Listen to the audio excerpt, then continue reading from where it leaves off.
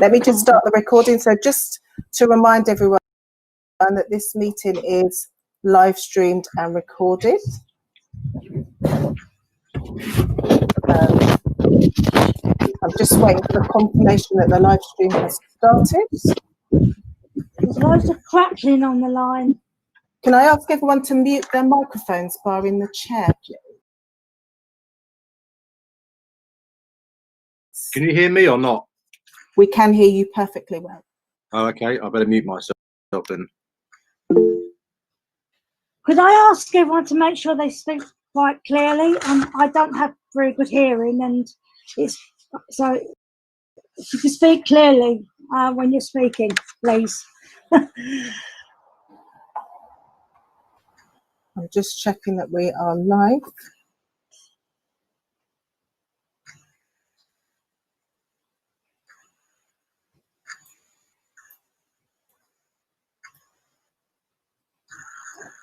Yes, we're ready and live. You can go ahead now, Councillor Patrick.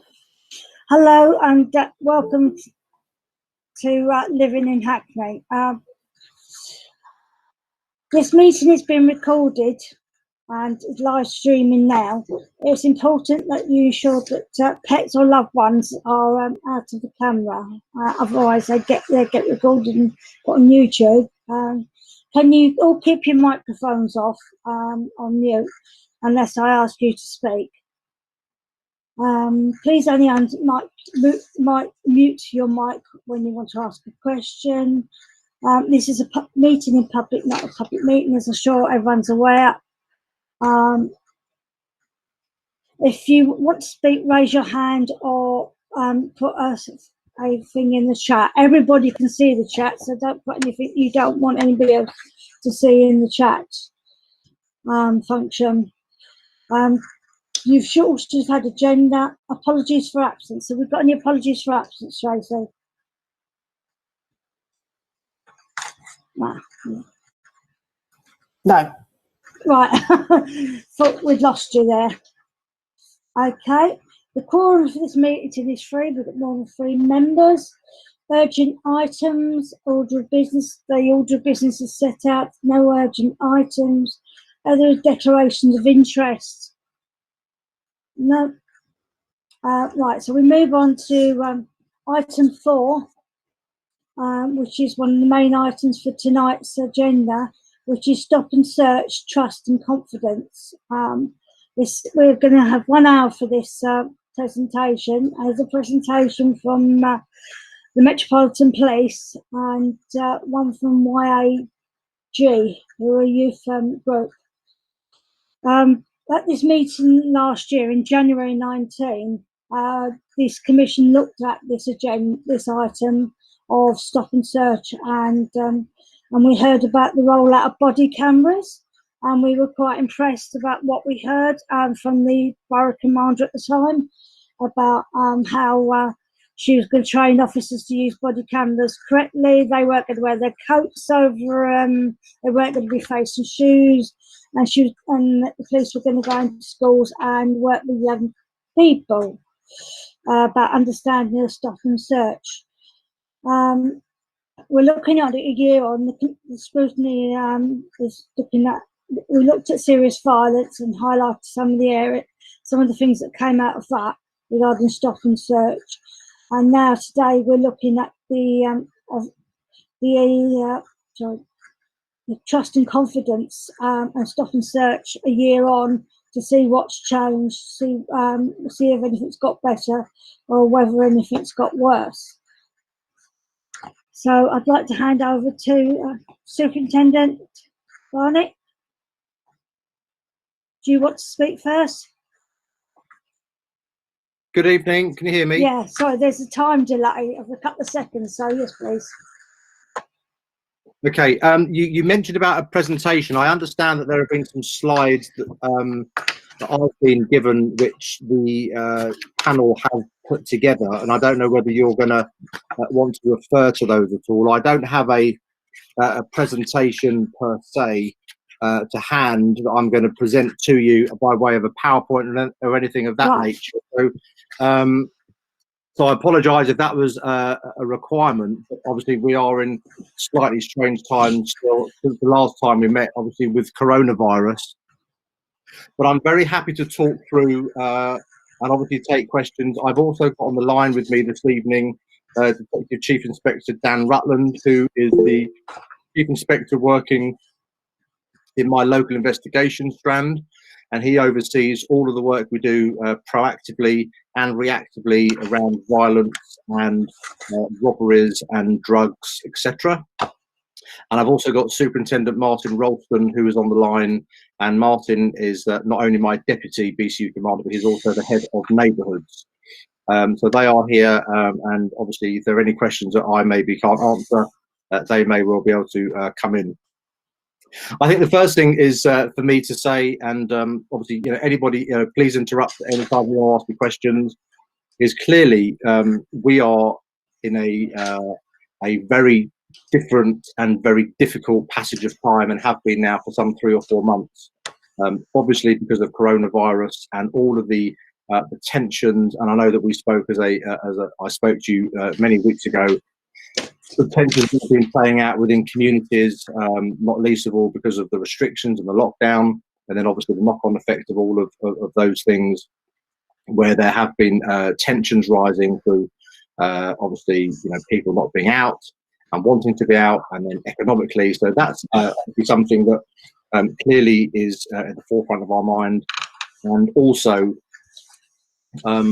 we have most recently the tragic incident that happened over in America around George Floyd and his death, which I have already acknowledged publicly, as have many of my colleagues, and said, that is an absolute tragic death, of which I do not in any way, shape or form recognise, in terms of policing. And obviously then building on from that, the Black Lives Matter movement, the deep-rooted concern and upset and the pain that I know there has been, particularly in the African Caribbean community. And obviously Hackney is a big part of that in London, and that's something I absolutely acknowledge. And I think as I talk about trust and confidence, it's such a deep and complex area. For so many reasons, going back so many years in policing terms, in the way that we police and we work within communities for communities themselves. And I absolutely acknowledge that. And when I talk tonight about data or the work that we do in policing, to work with communities and to police and to enforce the law, I do acknowledge that there are people here that we are talking about that is a very real issue. And I also want to say right from the outset, yes, trust and confidence in police in Hackney that I am responsible for, so the buck stops at me, is low and lower, most certainly, than where I want it to be. And I will continue, as I've approached my first year in post, continue absolutely head on with every effort and determination, working with partners in the community, Community Safety Resilience Partnership, the Community Safety Partnership as a whole, through safeguarding, your good selves, and anybody else that wants to work with us, the Young Hackney Commission, all the youth groups, everything we can do to build and raise confidence. It's an absolute imperative for me, and something I will continue to do and really push hard. And I take nothing for granted in any of what I'm going to say. And I know that we have got work to do, as a police, as a police service in Hackney, we've got work to do to listen, to learn, and to get alongside communities. So that's the first thing I really want to sort of set out, very early on. Please know that I am absolutely for the community in Hackney. I feel very passionately about it, and I feel very attached, which is lovely in many, many ways, to the community, and I see everything that it brings for London. So when I talk about trust and confidence now, you've mentioned in your opening remarks about body-worn video usage, and I will just comment upon body-worn video usage. It has been rolled out. My predecessor, Sue Williams, who I know many of you will met previously, talked about body-worn video usage and its rollout. It has been rolled out. In fact, we're just about to go to a second iteration of body-worn video, which is more advanced, I understand, and better quality and more robust and more stable in terms of its platform and its usage. We have rolled it out across mainstream policing, and it certainly sits within Central East PCU. And all of our officers are trained to use body-worn video, and there are quite clear guidelines and policies and processes of when you use it, when you turn on body-worn video, how you keep the body-worn video working. And can I just ask, I can see that people are asking that there are questions. Do you want me to stop for questions, or do you want to take questions at the end? I don't know how. No, what I wanted to do was you to present or say what you was to say, the young people to come in, and then we can have a debate. I don't know if the young people have come in yet because I can't see any of them, but I think I can see some. They may have dialed in. We're here. Right, okay. So I'll try to rattle through as quickly as I can. Right. I mean, I do.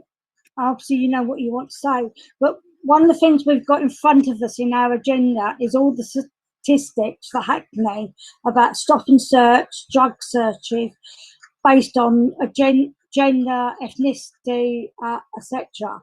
Yeah. And just looking at the stats, they don't show Hackney police in a very good light as to who they're stopping searching. They show overwhelmingly that you're stopping and searching young black men, and these are your stats that I'm quoting from. So it's I suppose that links into the presentation the young people are going to give, and some discussions I know that have been going on recently, and I think some members have some issues about some things that have happened in the borough recently. Perhaps you might want to touch on what happened at Dalston a couple of weeks ago. I don't know where it was talked about.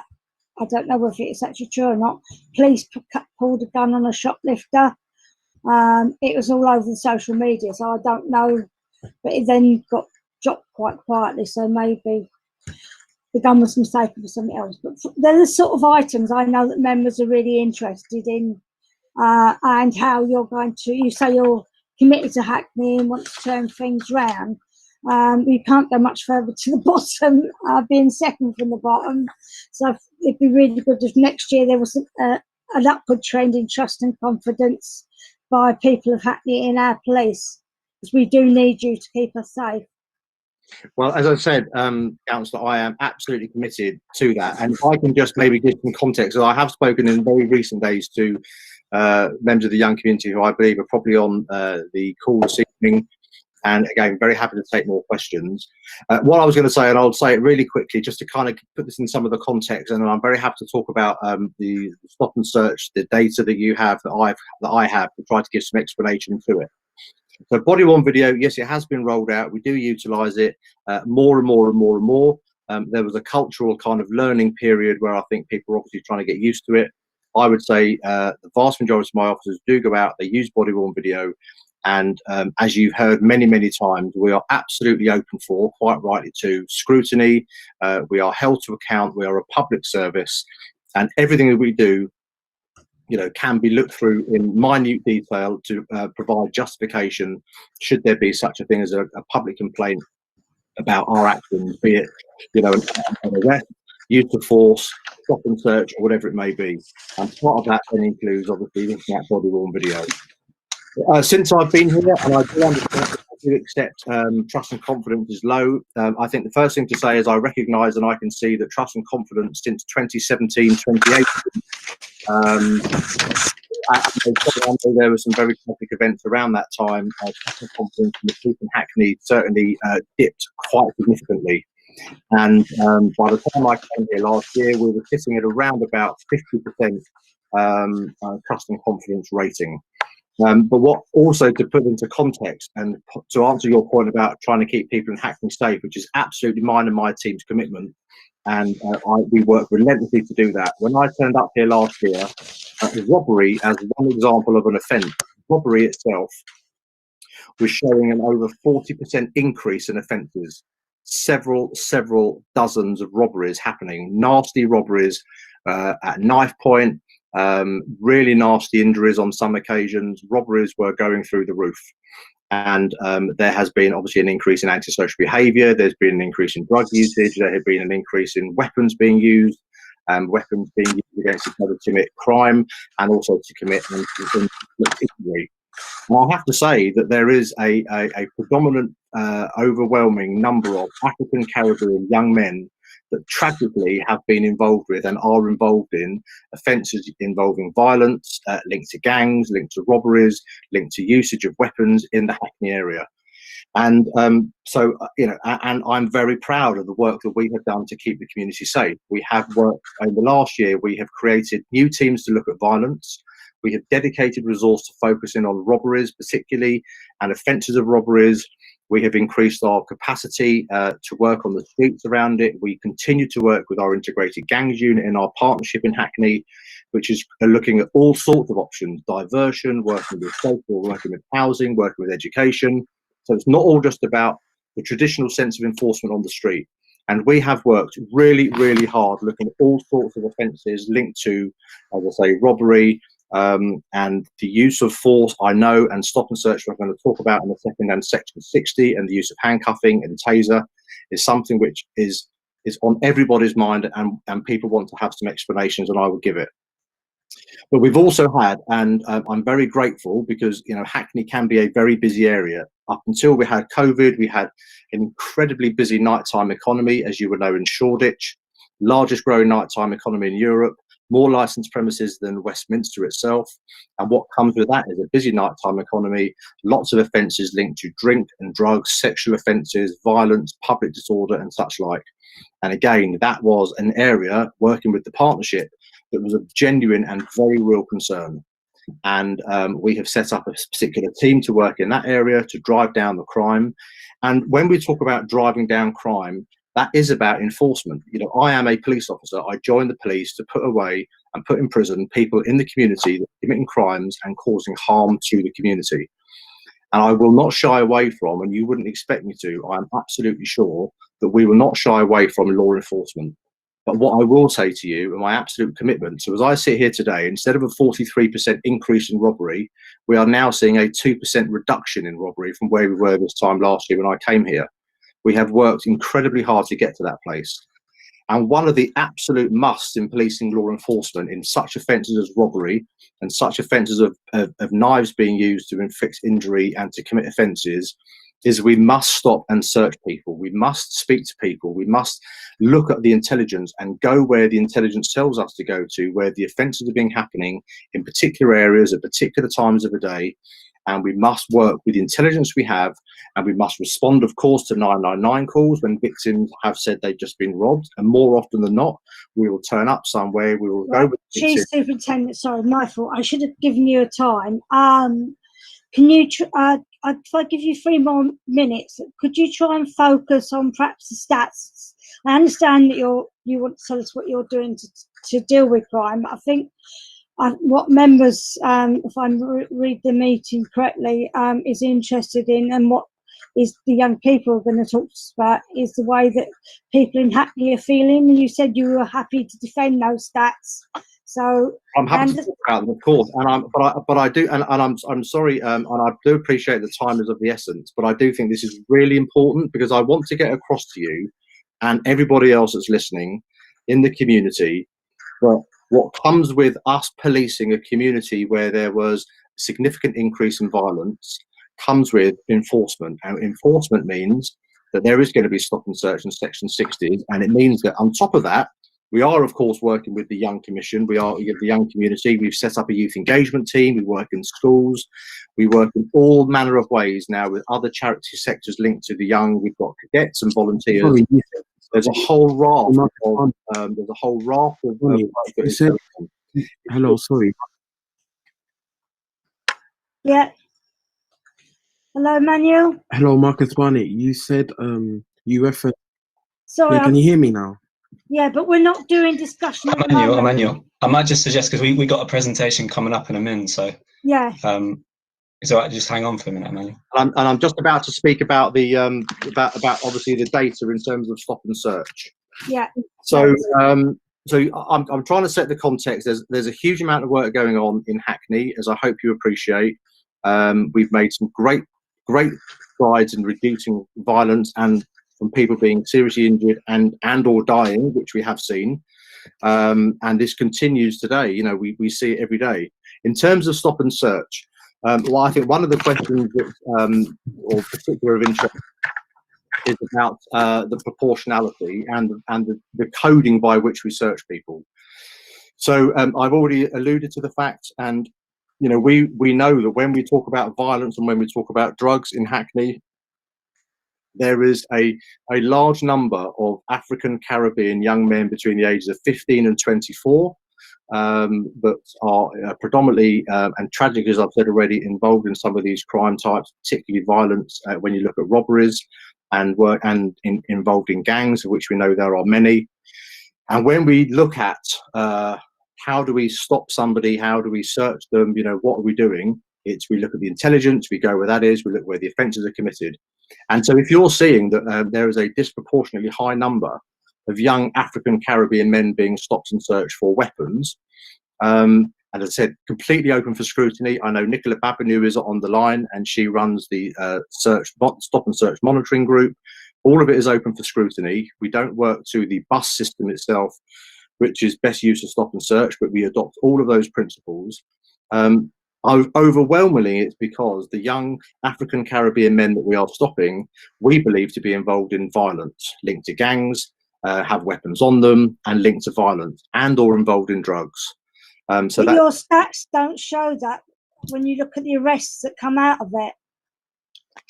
But the arrest rate, we are obviously, you know, so when you're working with stop and search, you work on the basis of you have intelligence, you have a belief that you have the grounds to search somebody, so you have the lawful grounds to search somebody under PACE or under Section 23 in terms of drugs, and you have the grounds you believe to stop and search somebody because they've met the description, that's in a certain way that's heightened your suspicions. About 20% of those that we stop and search result in a positive arrest and an outcome. So you know, we know that it's not an absolute exact science, because you know, how could it possibly be?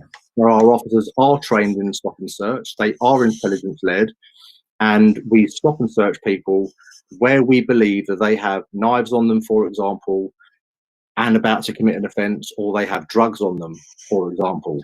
And about 20% of people are arrested through stop and search.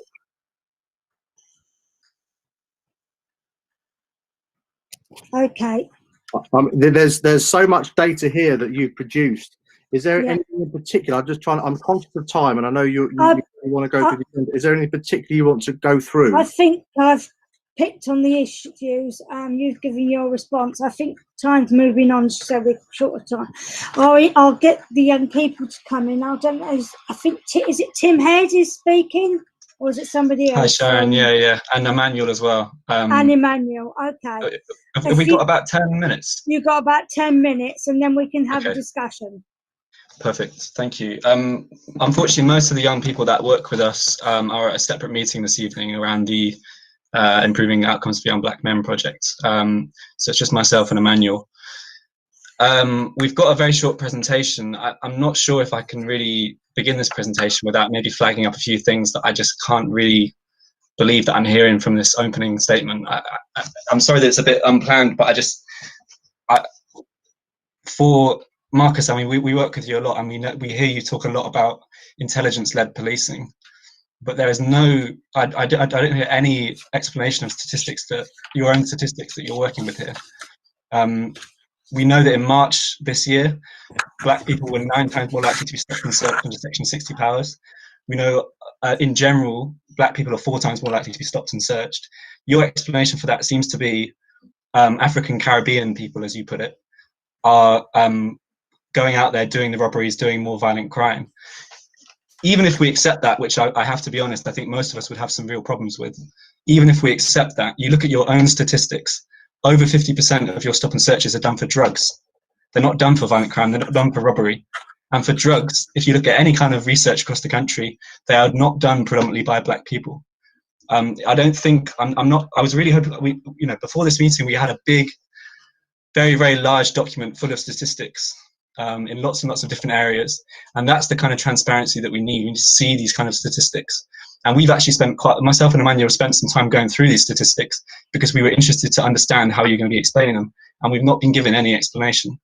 So I have to flag that up. I'm sorry, but I'm quite happy for us to do our presentation. We have a lot of your own statistics in our presentation, Marcus. So we're happy to come in with what we're trying to say. But I don't know if Marcus, if you felt you need to come back to that, or maybe come back to it later. But would you do your presentation, and then we can bring Marcus back in and our members, because I know members have got questions. I know Councillor Rathbone's already got his hand up. And we won't be the only people with these concerns, so I don't want to just I don't want to hog the mic, as it were. Okay, so I'm just going to rattle through the presentation. Do you want to say who you are, Tim? Yeah, I'm sorry. I just jump in with all that. Yeah. So my name's Tim. I'm coordinating the account project at run through Hackney CVS. It's a young people's stop and search monitoring group and youth independent advisory group. Emmanuel is who's on the call as well. Is a campaigns manager at account. He's involved in our sort of more public facing stuff. He's been writing articles, getting published this week in The Independent. Shout out, Emmanuel. But yeah, Emmanuel, I've been putting Emmanuel forward to talk at every single meeting for the last week, and he's asked that this one he could maybe just sit back and. Emmanuel, I'm aware you did try and come in then, so I'm going to let you have your if there was something that you wanted to maybe quickly flag up or ask, Emmanuel. No, you covered it earlier on when you just with the stats stuff. Yeah. Okay, cool. All right, so I'm just gonna rattle through the shorter version of this PowerPoint. What? Sorry, Marcus? I can't actually see the presentation. So it's a shortened version of the one that we were showing you at the Community Resilience Partnership meeting yesterday. So I think you would have already seen the slides, even if you. Okay, thank you. Is that all right? But I'll talk through them anyway, so hopefully you'll be all right with that. Let me just share my screen. Okay. Yeah, like I said, I'm going to go through this quite quickly, so apologies for speaking quickly if I'm doing that. But yeah, so account is, like I was saying, it's a youth-led police monitoring project based at Hackney CVS. We've been doing a research project now. Young people have been leading a research project for about a year now, started in July 2019. David, who's pictured in the corner, some of you may recognise from other meetings at the council, he's been leading on this project. It's done through a basic, kind of a mixture of qualitative interviews, but also analysing statistical data. Some of that is police data, but also other kind of survey data we've been looking at. The research is broken down into these 4 sections. I'll just mention the first 3 today, I think. So first of all, kind of very broad issue around trauma and the kind of psychological long-term impact of, especially stop and search is what we were looking into, but I suppose police attention, especially when it unfortunately doesn't go well. So a big issue coming up is around the use of force. Just maybe wanted to highlight especially this issue around handcuffs. We've seen in the borough in the last 3 years, use of handcuffs has gone up by 158%. This more or less, I think, correlates with just the increase in stop and search. But it's still the same point, I suppose, in the sense that young people are seeing a lot more of stuff going on in their streets, and we've heard this stuff anecdotally, but this is also confirmed by the data as well. There's a lot of kind of interview data that I won't go into now about the kind of unfortunately quite humiliating nature of being put in handcuffs and the problems this can have in terms of the way young people view themselves, etc. And there's been a few high-profile incidents in the last few days that have come out, unfortunately, around this issue. There's also the issue around racial profiling, around especially, and this is perhaps why you may have noticed, Marcus, that you touched a little bit of a nerve, in the sense that we speak to a lot of young black men in particular who feel from a very, very young age they are stereotyped by police as being gang members specifically. And this is from as young as 11, 12 in the quote that you can see on the screen there. And unfortunately, in some cases, this really can become a bit of a self-fulfilling prophecy. Having that relationship with the state broken at such a young age can be really, really damaging in terms of actually unfortunately making young people more vulnerable into falling into crime in some way. I'm sorry that I'm being so, I'm getting through this stuff so quickly. Obviously, these are really very, very big issues that I hope we can talk about more later. This is just referencing some of the statistics around Section 60. Obviously, you can see a peak there in terms of disproportionality in March 2020. Section 60 powers, for those that don't know, this is when police in a certain area at a certain time can essentially stop and search without giving reasonable grounds, as with normal kind of PACE Section 1 searches. There's a lot of historic issues around Section 60, and there's a lot of kind of groups that are campaigning around this particular issue on the basis that they believe it is a kind of, it's targeted at black people essentially, and this kind of plays out in all the statistics. It's 9 times more likely in Hackney. Nationwide, I think it's something like 40 times more likely black people are to be searched under Section 60 powers. How am I doing for time? Sorry, I just want to get a quick check in case I've got 1 minute. About another 3 minutes. 3 minutes, okay, cool. So then just the issue of trust.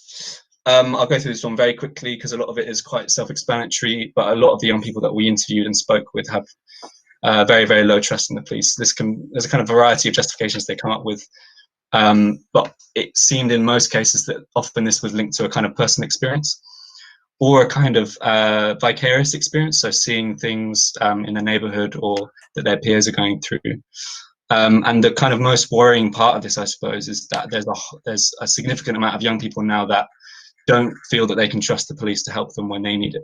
And again, I'm thinking around the issue of gang crime specifically, but other issues around serious violence. There's often a perception out there that it's you're better served taking matters into your own hands than involving the police, which obviously is an incredibly dangerous and damaging kind of mindset that's being created. But obviously this is all linked in with these kind of deep historic issues around trust. Accountability is another issue that the group kind of focused on. A lot of young people really feel quite powerless when it comes to holding the police to account and to getting their kind of views out there and to kind of getting justice in specific cases.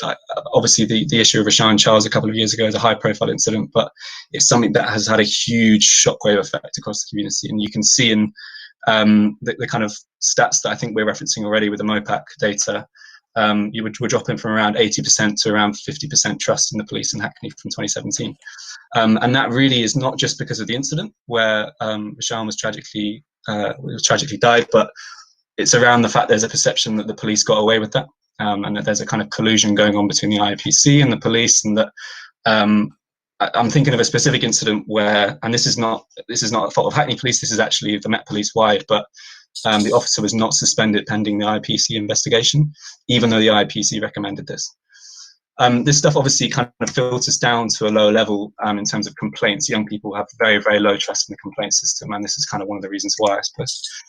We've also done some archival work at Hackney Archives looking into this. You know, it's a problem that goes back generations and generations in terms of deaths in custody, but also accountability around them. Recommendations, we actually have 3 sets of recommendations, one for the local police, one for the Met Police, and one for Hackney Council and partners. But I'm just going to look at the BCU recommendations since that's more the focus of this meeting.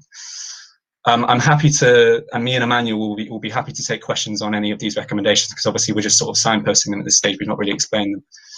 But the broad recommendations, we have a lot of reservations around the way that body-worn cameras are being used. There needs to be, the group are kind of demanding really fundamental changes needed to create more kind of transparency and accountability around racial disproportionality, institutional racism. Really, this meeting is perhaps as part of what we're talking about here, but we need to see something a lot more structured, a lot more radical, a lot more fundamental to change. Marcus just mentioned the Home Office Best Use of Stop and Search scheme. Again, the group's called for them to sort of sign up for that. Handcuff usage needs to essentially be reevaluated and kind of properly assessed. And then in everything that we're talking about here, there needs to be proper evidence provided by the police. And I'm not talking about one-dimensional sets of statistics, and I'm certainly not talking about explanations about robbery being really bad. We need proper evidence that's trying to understand what is really reducing crime in a long-term basis in our communities. And then there's this kind of broader issue around officer recruitment. There's a kind of perpetual issue where officers are not being recruited locally. They're not from the borough. I know this is a much broader issue than the Met, but also there's the issue of officers not staying for much longer than 1 or 2 years, including right up to the senior level. These are just a few of the issues that the group's talking about. There's obviously much bigger stuff that we'd like to talk about, but I'm just going to end it there because I'm pretty sure we must be out of time by now. Yeah. I've got lots of questions. What members have got lots of questions. I think everyone's indicated.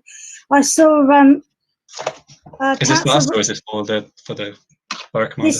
This is both for you and the borough. We're going to turn this into a question chat discussion. So this would be for you. We'll try and do it as a round table. So I've got we do have a manual here as well who will be able to comment on this if you work for the camp. I've got Councillor Rathbone, Councillor Rout, Councillor Lynch, Councillor Essay at the moment, Councillor and then Councillor Rosen.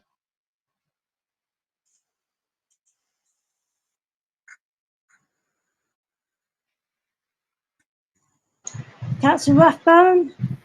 I think we've lost Councillor Rathbone. Oh yeah, no, I'm here. Councillor Lynch, sorry, do you want to go? Yeah, oh, sorry. Hello? Yeah, I'm here. It's all right, I really, it's just sort of a general question to both, as it were, but particularly to Marcus. It's just that I'm a bit concerned to see in some of the stats that you've got a 10 to 14 group where, you know, you're stopping and searching children as young as 10 and 11. And I'm sort of wondering how that exactly works out. Is it a different kind of treatment to that of adults, as it were? And then secondly, this is an old chestnut of mine, of many other people, I suppose, is that in the stats, you're talking about ethnic appearance. I don't want to get into all of it, but you've got that it looks as though more white people have been stopped than black people, according to your designation. But how do you understand this category of white? Because I understand that Turkish people are included in on that as well. So, I mean, if that is the case, if you take them away, as it were, then the stats are going to be looking different, aren't they? That's my questions. I've got lots of others. But we can take a group of them and then we'll have a discussion. Who did I call next? Was it Councillor Lynch? Do you want to try and mute yourself? Thanks, Chair. So my first question is just to Borough Commander. Is just obviously we were aware that some of your officers were injured during an incident, and it was obviously just to send our wishes to them, and I hope that they're having a speedy recovery, given the injuries that I understand that they sustained within an incident a few weeks ago. This question is really was for yourself, Borough Commander. Around there's a low percentage of females are stopped and searched.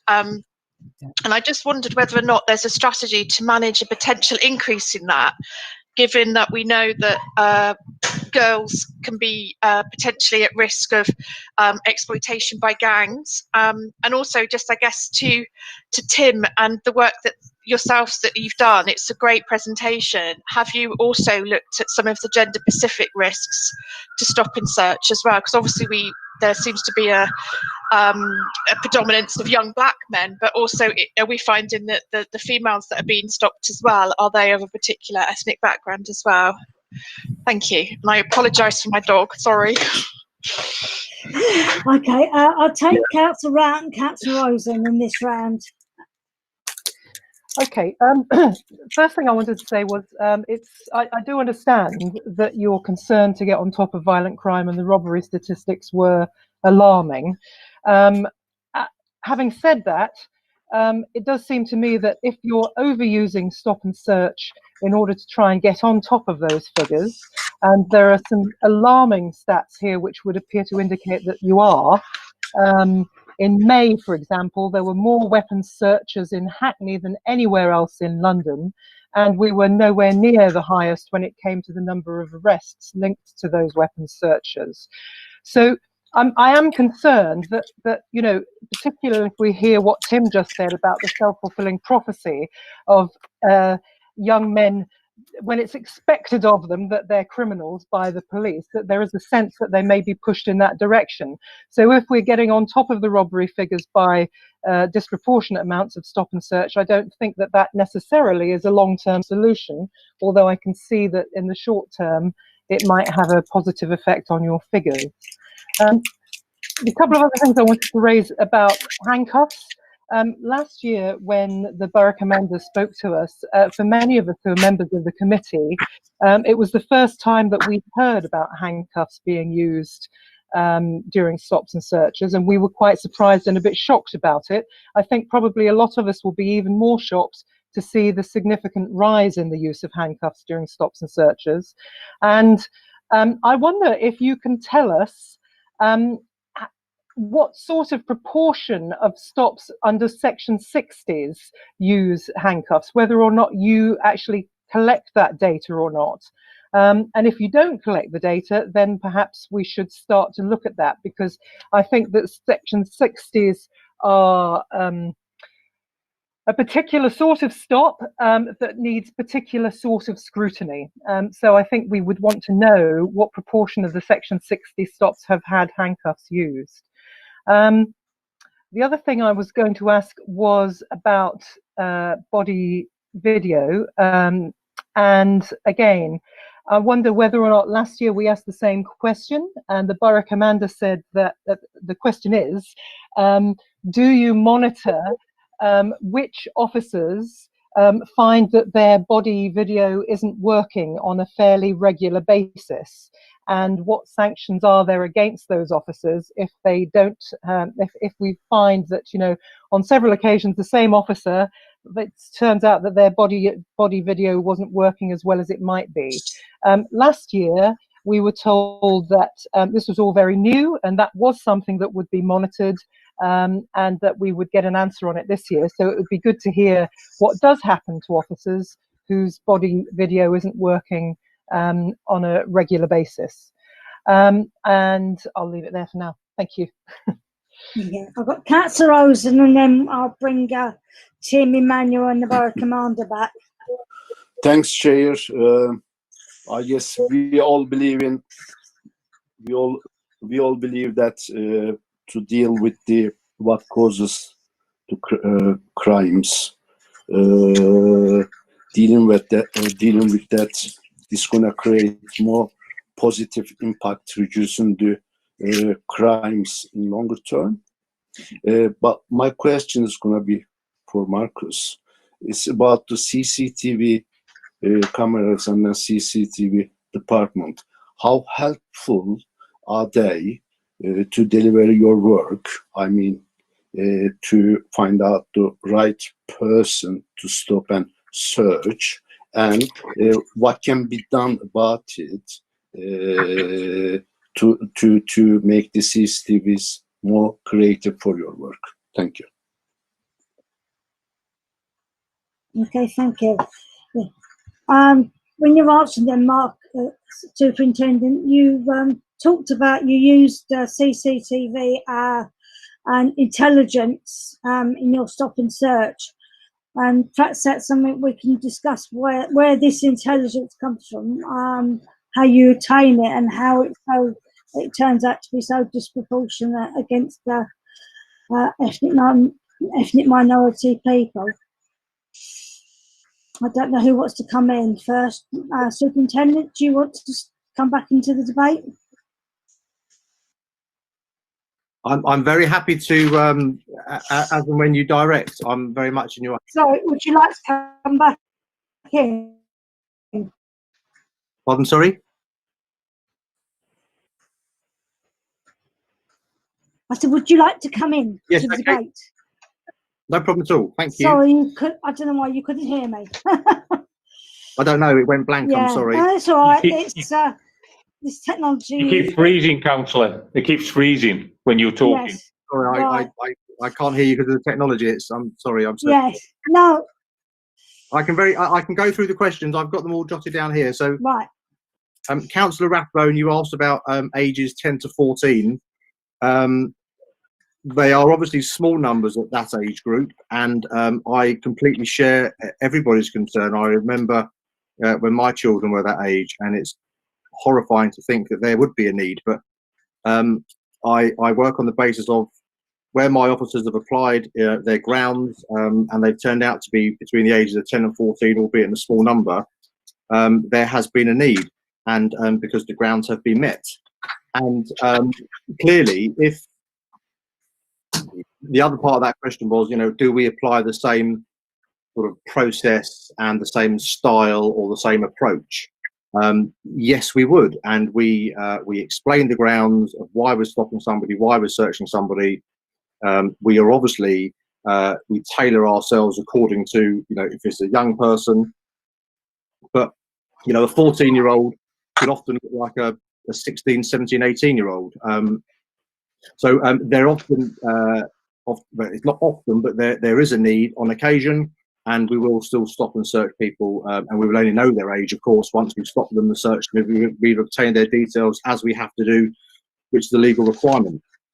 And what will probably come from something like that, if we have real concerns over, for example, drugs or weapons or whatever the circumstances be, through safeguarding and through some of our other arrangements with partners, we will no doubt flag to the local authority that we have some concerns about particularly young people if they are on the streets and we think they are vulnerable. And that's not to say, and I don't know the details of every single person, of course, they may well have been taken into a place of safety if we feel that they are young and obviously they are vulnerable, because that's what we do. We go out onto the streets and we try to make it a safer, better place for everybody. In terms of you asked a question in terms of the Black African Caribbean community, and I forgive me, Councillor Rapper, and I can't remember exactly what it was, but I know you asked about. It was about the white. It was about the white. About the Turkish community. Yeah, whether you include the Turkish section, how you include them. Well, obviously, some of it we will ask people, maybe what their ethnicity is, or we will go by, their appearance. If they don't, or they're not forthcoming with that information, and we code it in certain ways. So if you're of a Mediterranean appearance, so you're sort of looking maybe sort of slightly tanned or whatever it may be, or from the Turkish community, we may say that you aren't necessarily white in that context. So we do make that differentiation, but sometimes maybe somebody, they wouldn't necessarily have a Turkish appearance, and we may say they look white. So again, it's not an absolute exact science. And it will be dependent upon the officer's determination and or part of the conversation that they have with the person that they are stopping. Okay, Chair, could I just ask a little question about the young people? If you say, you're saying, because you're treating them the same as adults, are you handcuffing them? Because I would be very shocked if you were handcuffing a 10, 11, 12, 13-year-old. Oh, from Dan, do you mind, give the context around handcuffing? This is Dan Rutland. Sorry, just to give context around handcuffing, and it's a very difficult, it's not a very difficult one to answer. Handcuffing is very subjective, and the law allows the officer to make their own mind up whether it's necessary or not. And this is where we come into conflict a little bit. And forgetting the age, if an officer genuinely believes that sorry, person excuse me, stopping, whoever you are speaking, I don't know who you are. Councillor, this is Detective Chief Inspector Dan Rutland. Right, okay. Sorry, the boss did introduce me. I didn't hear him, sorry. Yeah, sorry, I would have not introduced myself. I do apologise. Yeah, so I've just given this actually. I'm Dan Rutland, Chief Inspector in charge of the sort of main office CID in normal sort of language, proactive and reactive crime. Yeah, so let's get to the point of throwing me a little bit there. So yeah, the grounds that an officer gives are very subjective to them. And if you believe, which you should do, or suspect that the person you're stopping has a knife or a weapon or has drugs, then there are reasons for handcuffing. Obviously, if I'm going to stop someone with a knife, or I believe they've got a knife or a weapon, that would be for my own safety and to prevent a crime being committed, i.e. assaulting me. And, the officer has a right to go home safely to their family. So if you genuinely believe that you're stopping someone for those reasons, and likewise, over the years, I think the recent context has grown with subjects around drugs, people not wanting to be stopped with drugs, swallowing drugs, putting them in their mouths, etc., etc. The officers and the police, in fairness, have been on the wrong side of swallowing drugs, and it is a prevention, a safety thing. I wouldn't want any young child that I stop, and going back to a 14-year-old, to panic, put drugs with their hands free into their mouth, and something dreadful happen to them. So it is fairly draconian handcuffing someone. It is obviously very impactful on the person, and the presentation alluded to the mental health and the impact that this has on young people. And it's something we may have to revisit. But I would stress that handcuffs should only be applied if the person genuinely believes that there is a reason to do it. And you know, I've served in London for 20 years, mainly Brixton, very controversial area, similar to Hackney, similar demographic, and these are the same issues that I had there. And I've seen colleagues fall foul of people putting drugs in their mouths, and the panic, you know, you take people to hospital, and you sit there and you just hope nothing dreadful happens to them. And so there are many reasons, but I mean, just in summary, we're not, you know, we shouldn't just be handcuffing people per se. There should be a reason for it. And the age, it sounds terrible, the age is irrelevant. If the grounds are there and someone could hurt you or hurt themselves, then, and it's reasonable to do so, we will do it. Okay, can I just double check? So you said that the decision to handcuff is totally dependent, subjective to the officer's, what That the officer officer feels. has to justify it. It's the And officer in that moment. right here, I make a complaint that I am a young man of ethnic black origin. I make a complaint that I think I've been targeted because of my ethnicity. There's no, when I'm stopped and searched, there's nothing on me. I don't have any drugs. I'm a good citizen, and I make a complaint, and I think I've been targeted because of my race. How do I? So what is subjective? There's nothing to say that the officer was. I'm not putting this very well. If it's subjective, how do I prove that it was because of my race? Well, if the officer can't give, I would suggest before, if you're saying that someone has stopped you based on your race, I would suggest that there's no reasonable grounds there that you would be able to articulate, well, the officer didn't speak to me, the officer didn't give me the ground for the search. And if the officer has done exactly what they should have done, has been accountable and turned their body-worn camera on, their grounds should be a matter of fact. They're explaining it on camera. So if they've not been able to explain it, and they've got no grounds, that would suggest to me that there might be something in the fact that what the person being stopped is saying, well, I've been stopped for no reason. It could be because of racial profiling. But so I think you'd have to look at the individual circumstances of each stop. It's difficult to answer that. If you get a stop where there's no grounds given and nothing's found, and the person you're stopping's got no history of a crime in the area, and is a good person, a good character, what you say, and the officer can't articulate why they've done it, then I think you would have a fair case to say they probably racially profiled them, and then, you know, you'd go to the police station and make an account. It wouldn't be there, would it? The body-worn camera wouldn't exist, and the grounds wouldn't be there. So I'm not quite sure of your point, but I suppose what I'm saying is, if it's subjective, even if the officer, what I mean by subjective, if the officer can wear his body-worn camera, he can do everything by the book. And he can give a reason. There's nothing to reason to say he thinks I'm carrying drugs or I've got a knife. But we don't know what's in the back of his mind. There doesn't seem to be any criteria apart from how the officer feels and what he thinks, he or she thinks is going to happen when they stop and search that person. I get what you're saying, but that's the law. And I know that sounds flippant, but that's, if an officer, as I say, the use of force, any use of force, which handcuffing is it's for the officer to justify that circumstance. No one else can justify it. And I think it's a bit minority. You're sort of saying in Minority Report in their head. We'll never know what's actually in their head. The simple fact is, if there are grounds that they've had a phone call, that person matches the description of someone who a member of the public's called in, or they're in the area of high gang crime, and there's been been a number of stabbings, and they may match the description for that. The person can't account for what they're doing. It's early hours of the morning.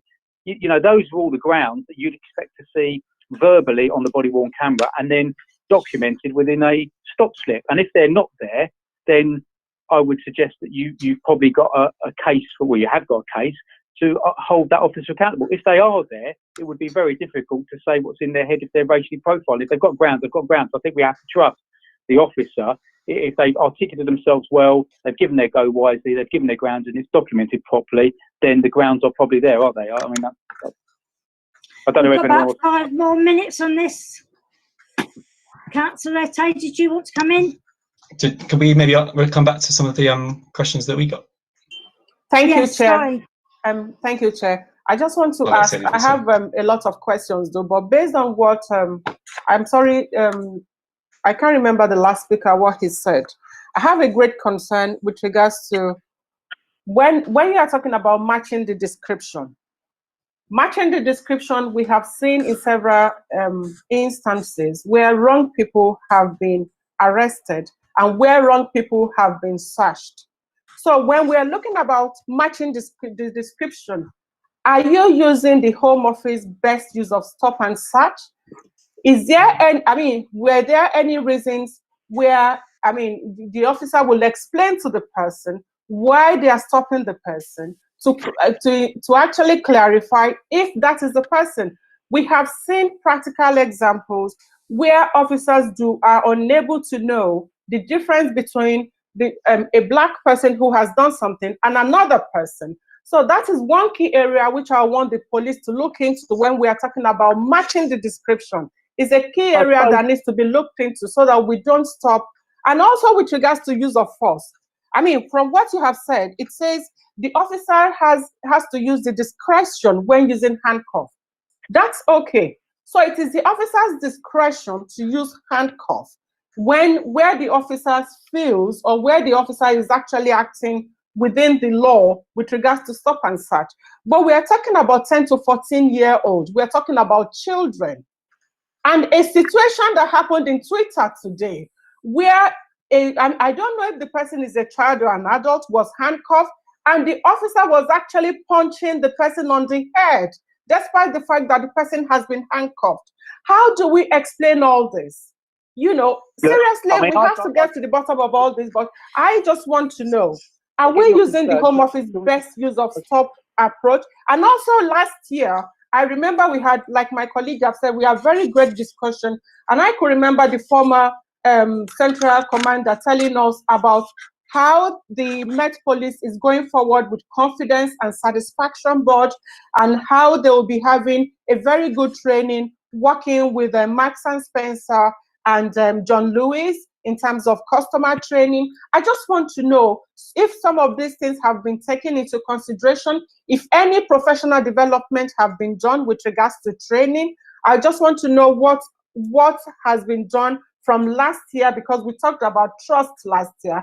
I want to know what has been done and what other forms that in terms of what needs to be done. I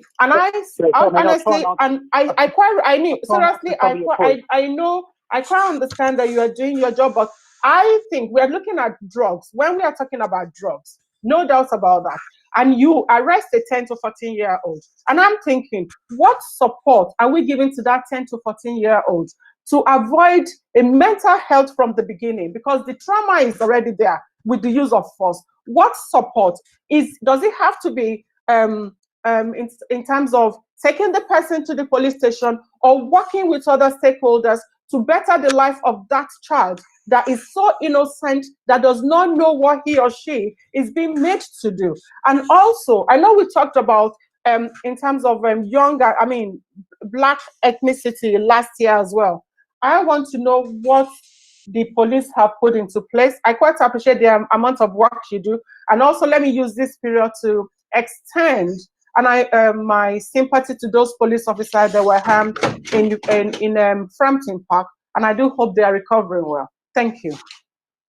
Okay, what I'll do is I've got Councillor Mahan, and was there anybody else? And then I'll get Tim and the Borough Commander to come back, and then we need to move on. From Dan Rutland. I feel that if we move on to another step, there was an awful lot with it in that last, probably about 10 or 15 questions there. I think if we move on, we're probably going to miss the we'll move. So when I say move on, now we're going to finish this item and then we'll move on to another item. So okay. if you want to pick up, we've got Councillor Mahan, and then you can pick. Everyone can pick up their questions that haven't been answered. I think Councillor Ette did have a lot of questions, but she's rightly so got a lot of questions on her mind. And it seems like it's been another incident today. We could come back to a couple of those. I'm aware that, as has just been said, there's a whole lot of issues there, and I'm happy to take questions after the meeting or link up with the group after. But just quickly on the direct questions to us, first of all, around the issue of young women, I'm going to hold our hands up and say that we probably haven't done enough to investigate this issue. And in general, when we're looking at, for example, disproportionality statistics with young black people, we are looking at young black people, so male and female, and that's just been the way it's been done. So yeah, we're thanks for that basically, and we're going to really start thinking about that more. In terms of the question about body-worn camera, I think in terms of maybe just to touch on a few of the recommendations made about body-worn camera, there is the issue around officers not putting their cameras on, and that's heard from young people across the board. There's also the issue, I want to probably make a distinction here and say that just having an encounter filmed by an officer on a body-worn camera is not enough to deliver accountability for someone that's been wrongfully stopped and searched, or who's been subject to excessive use of force, etc. What's important is what's done with that footage, who's looking at the footage, who's evaluating. The way that things structurally seem to be done in the police is that it's down to the discretion of the officer who's doing it to justify his or herself, and then it goes up to senior levels to also kind of look into these things. A key concern coming from the research over the last year is that young people don't complain because they don't want to have their complaints investigated by police. I'm thinking of just one quote from the exact interview I remember is a young person talking about it, said it was like being asked to go back into the lion's den to ask why the lions had attacked him. I think so. This is a much broader issue that needs a lot more work around complaints, accountability, and we have to be mindful of those things when we're talking about body-worn camera footage. I'm thinking back to Rodney King in the 1990s in America. There was footage clear as day of Rodney King being beaten up, and it still didn't go in his favor. It's what's done with that footage. It's what that footage is used to make a case for that matters. And I talk about Rodney King in America, but there's countless examples in the UK also, and in Hackney. The issues that were raised just in the last question there are a lot to go through there. So I'm perhaps just gonna.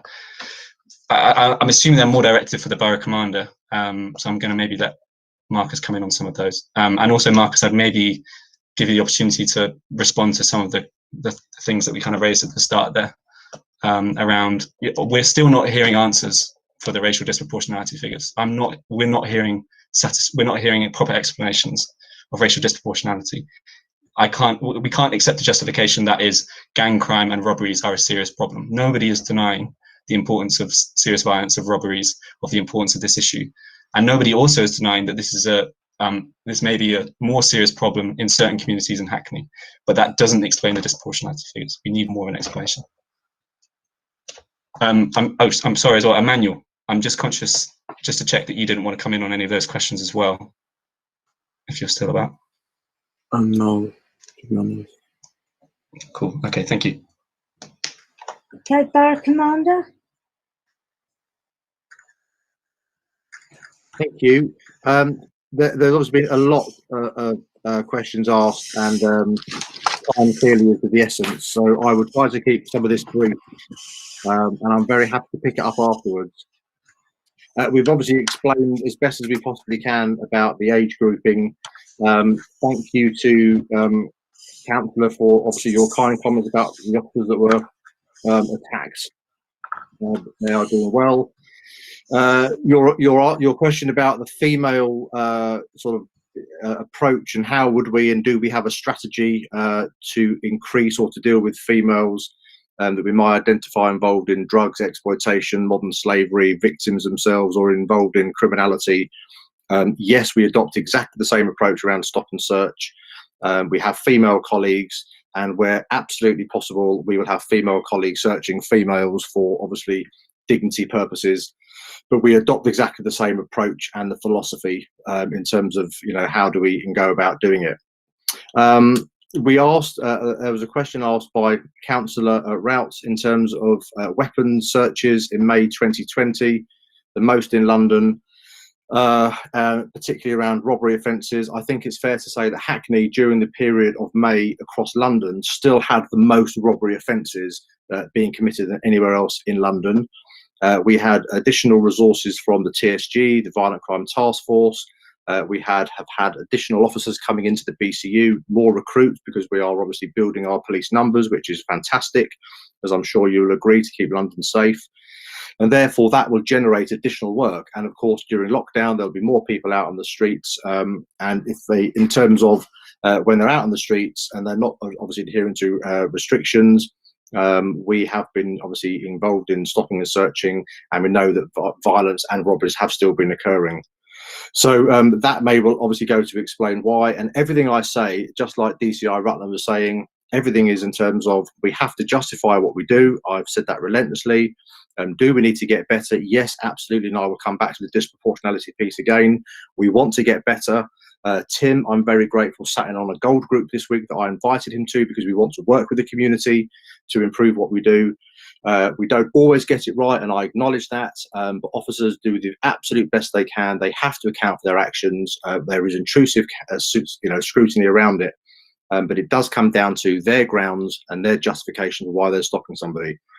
We also talked to them. Councillor Rout asked about handcuffs being used in a section 60 particularly. I don't have that data. What I can say, since June of last year to now, the 1st of June, we've had 37 section 6s in Hackney, of which have resulted in a number of searches. On average, I think it's about 15 searches per section 60 that get put in. And you will understand that during a section 60, that they are predominantly set up for, of course, to prevent serious violence, because we have intelligence say there will be serious violence occurring in a particular geographical location, or violence has occurred and we want to identify an offender and or people and or weapons to prevent further serious disorder, violence and injury. So hence why we may well see more people being handcuffed during a period of a section 60, because it is absolutely about the justification for and the grounds to prevent violence and identify people that are involved in committing violence, be it in gangs or whatever the intelligence may suggest around that section 60. Councillor Rout, you also asked in terms of body-worn video usage and not use, and what are the sanctions in terms of officers not using them. We have been through a period culturally. Sorry, Commander, sorry, can I? Go ahead, please. Was somebody trying to say something there? I was trying to come back at you a little bit about the section 60s. I mean, I suppose what I'm trying to say to you is, look, can you not see that when there's a section 60 in place, there's a huge, that obviously there's a reason for it in the first place, so there's more tension in the community anyway. But from what DCI Rutland said, he was essentially saying that if a police officer is doing a stop because he fears that somebody may be carrying a weapon, which is obviously going to be the reason that most of these section 60 stops are doing, then in that case it is very likely that people are going to be handcuffed before they're stopped. So it seems to me that you're going into a situation which is delicate anyway and handcuffing a lot of people. I guess because you don't have to give the reasons that you have to give in normal stops and searches, can you not see that that has a disproportionate impact on how it's received from the people in the community who are being cuffed and searched? It looks very aggressive. Boss, can I just add a little bit to my context of what I was saying, just to add to that point? Yes, on a section 60, they don't have to give necessarily grounds for the search. You would still have to justify the handcuffs. So albeit you're saying, so it's not just quite as simple as saying they may have a knife on them. My grounds, if I was stopping someone, I was handcuffing them, the whole circumstance of the stop would come into play. So if I was speaking to someone approaching them, excuse me, can you just stop there and wait for me? I just need to speak to you. And someone was verbally resistant, walking off, that would all add to it. I'm not saying that that would immediately give you grounds to handcuff someone, but you take the whole picture. If you feel that someone's going to resist you, they may have a knife, at what point do you decide? Whilst you're handcuffing them, you still have to give your legal grounds and stuff. So it's not a case of just handcuffing someone. Officers shouldn't be handcuffing them, pinning people against the wall, throwing people to the floor with no conversation, even if it's Section 60. It should be completely justified, and it should be rationalised within a conversation and an explanation.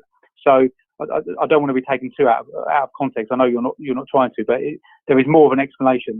The legality around handcuffs has to be fully rationalised, and the stop has to be fully rationalised. There's two sets of justifications there. They're not one in the same. Okay, I'm just going to take Councillor Williams as well. Very, very quickly, because we have community safety and drugs to deal with in the second half of the agenda, which is probably just as emotive a subject, and we can come back to this. I think it's a very this is also an emotive subject and very much in the news, and we can come back to this at another meeting later in the year. But Councillor Williams, I've seen you trying to get in, and then I'll take the superintendent, and then we'll break for 5 minutes. Thank you, Councillor Patrick. I'm not a member of the Commission. I'm a councillor and cabinet member for employment skills and equalities in the council. So I particularly wanted to come in this evening. Sorry, I wanted to listen to the conversation this evening. And previously I chaired the predecessor commission, Community Safety and Social Inclusion, and we used to look at this sort of thing all the time. So I just really wanted to come in because over the last couple of weeks, of course, the Cabinet and the Mayor, we have been talking about community relations in light of the Black Lives Matter protests that have been taking place in London following the murder of George Floyd on the streets of Minneapolis. And I was kind of hoping that maybe it's more of a statement rather than a question, Councillor Patrick. I was hoping that the quality of presentation from the police would match that from the count. I think what I saw tonight was a count giving a really good presentation, looking at the police figures to get beneath what's really going on here and to talk about the police community relations. And so I really want to thank them for the work that they've clearly put in. In comparison, I think what I heard from the police was, and I wrote the words down, was a description of how they police the borough based on beliefs, feelings, and shoulds rather than facts and stats. And I think that considering over the last few weeks, our reliance on facts and stats is something that we really did need tonight. We need that to respond to the community who have got serious concerns and growing concerns about the police community relationships. And I'm not convinced that this evening has really done much to help that, and I think it's a real lost opportunity. And I do hope that when you do come back to it, Councillor Patrick, that we can move on a little bit and talk about the issues as they affect Hackney's communities and move away from some of the tropes that I've heard tonight that I have been really astounded at. Okay, thank you, Councillor Williams. I did let you in as the Cabinet Member for Equalities. I've returned to Superintendent, and then I'm going to wrap this up, and then we're going to have a 5-minute break before we go on to the next item, because we've got the Borough Commander again, and we've got the Chief Exec and other people waiting to present to us on those issues. So, I mean, obviously, I've heard all the comments and all the questions and all the concern, and I just reiterate, and we could obviously go through statistic after statistic, and I'm very much trying to explain, and forgive me if we haven't done the best possible job this evening. I wasn't aware I had to give a presentation per se, but none of that's an excuse. We work incredibly hard, and hopefully you all as councillors within Hackney will know through the work of the Community Safety Partnership, the work that we do day in, day out to embed ourselves in the local authority, to work alongside the local authority, to reach out to the community, Tim and others. Have we got a way to go? Yes, I completely accept that. Are we making progress? I believe that we are. And we also have a job to do. And I would say that there would be nobody, I would hope, that would say that they are not for us as the police. We are one small part of the community safety role here, that we should not be out there preventing people from stabbing and killing each other and committing violent offences against innocent members of the public. And so that is obviously our job. That's what we are paid to do, to enforce the law. And I absolutely accept, you know, we work relentlessly to try to understand and to improve what we do. Do we always get it right? No, we don't. And you've heard that from Mr. Rutland himself this evening. And obviously sometimes there is an angle of officers. We have to allow them to use their judgment. They're trained to carry out the job that they do in terms of stop and search and lawful arrest. And if they don't, then we are open to scrutiny. And, you know, I just want to sort of reiterate, because I know that, you know, time has run away and there's been lots of questions and we could probably talk about this for hours and hours. And it'd be far better actually if we were probably all round a table together in a room, because this probably doesn't do it justice. I reiterate my point again. Only this week, with Debbie and Tim from the group, they came to one of my gold groups. We have committed to work with them to look at training. I have committed, you know, we want to get better. We have invited Tim and the group, the IAG, the Youth IAG, to come and work with us, to look at our stop and search, to look at how do we train, to talk about the handcuff usage and why we do it. You know, what I haven't explained here is officers in London have experienced in the last year alone a 20% increase of officers being assaulted on the streets. Now, none of that's as an excuse. It all sets the context of what we're trying to do on a really, really difficult, you know, setting across parts of London. And we do want to make it better.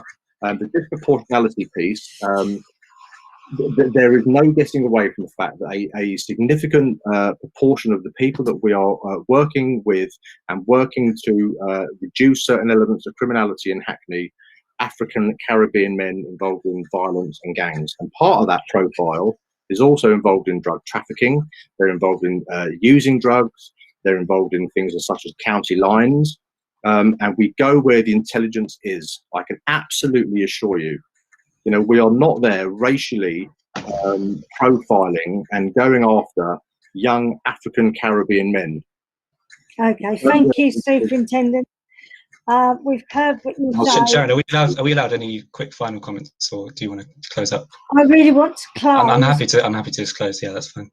I think the superintendent's right in the sense I think we do need to get around the table to discuss this. I think it's a very important discussion. It is a difficult way of doing it.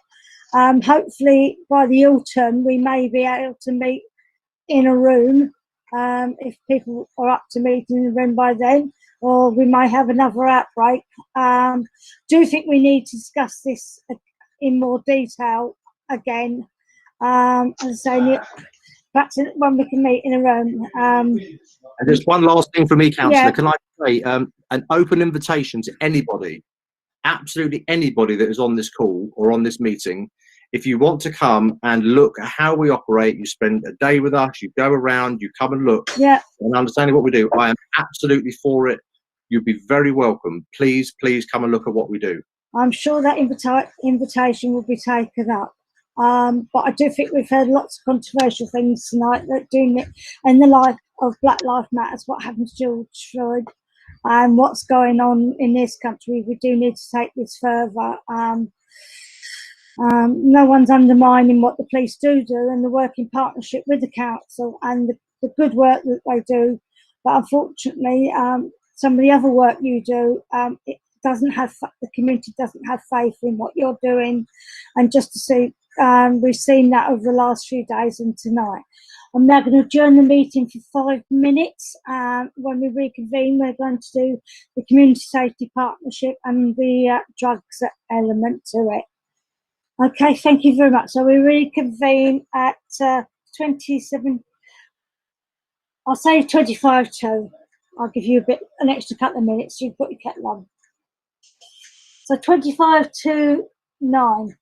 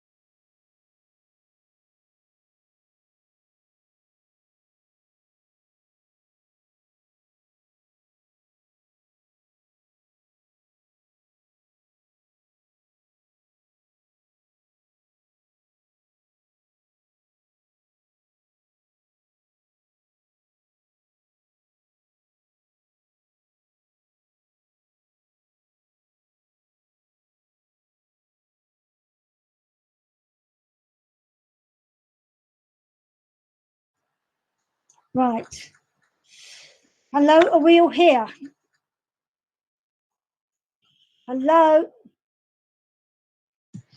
Hello? Yes, Yes, Chair. please. Yes, Chair. Yes, We're yes. here. Thank you. How Right. we did? Hello. Hello, right. We're going to move on to item 5, which is the next item, which is also a very interesting and perhaps controversial item, which is a joint presentation with the Chief Executive Shield leading off on the joint community safety partnership, and we're looking at the effect of street-based drugs market and substance misuse, in particular of the community safety plan, which is a smaller, more manageable part of it. Rather than looking at the whole plan, we thought we'd look at a particular part of it. And I know that street-based drugs is an issue both in the nighttime economy and to our residents walking about the streets. Mr. Shields? Chair, thank you. So for those that don't know me, I'm Tim Shields, Chief Executive at Hackney Council, and also co-chair of the Community Safety Partnership. Attached to the agenda, we have detailed our community safety plan, and that includes our priorities. And I just thought I'd just say a few words before going into the specifics around drugs market, about what's contained in that. So it contains strategic priorities, serious violence and gang crime, alcohol-related crime and disorder, in particular licensing and safer socialising, on-street drug markets and substance misuse, and domestic abuse and violence against women and girls. In particular, sitting alongside this, for each of those areas, of course, as local authorities do, we have action plans. What those action plans can't do is really bring to life some of the terrible impacts of crime, disorder, drugs, and the impact on our communities. And as we have, of course, been discussing this evening, and we were also discussing last evening in a meeting, the impact on our communities and the disproportionate impact of these crimes on our communities. One of the key things we have to think about is how we make Hackney a better place in a balanced way. Thinking about how we support young people, how do we tackle poverty, how do we deliver better outcomes through education, job opportunities, better housing. Reducing crime, of course, is a key thing within making Hackney a better place to live in for everyone whose home it is. So leading an organisation that tries to work across many of those areas is, of course, a privilege, and it's not a responsibility I take lightly. The crime piece of this and the Community Safety Partnership is critical to making sure we think carefully about these issues. The Community Safety Plan, the Partnership Plan, again, has had in its development lots of engagement with voluntary sector, with other partners, and has been thoughtfully produced. Again, also very evidence-based. And those priorities come out of a strategic assessment.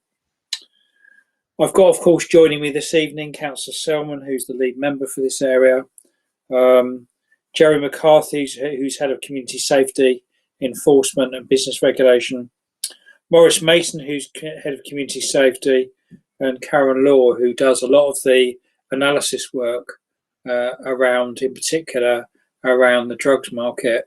And we have a very, very detailed drugs market assessment.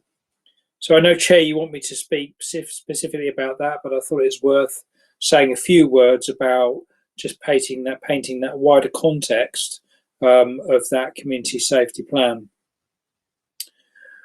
As with all of these things, we have to balance different competing priorities.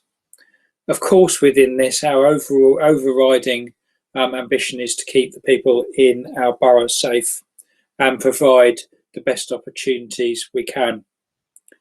Something that came out very strongly from our residents across the borough was that they wanted us to focus on drugs and the drugs market, and to recognise the impact it was having on their daily lives, in particular street-based dealing, and the impact that was having to them feeling safe. Consequently, this is one of the focuses of that plan. There are a number of facets to this, but there is street-based dealing, but there is also an impact within the nighttime economy, which is something, of course, Hackney both appreciates and enjoys, but also something which needs to be thought about and regulated. There is, of course, as I started saying, we like having an action plan, and in particular around this area of work, there is, of course, an action plan.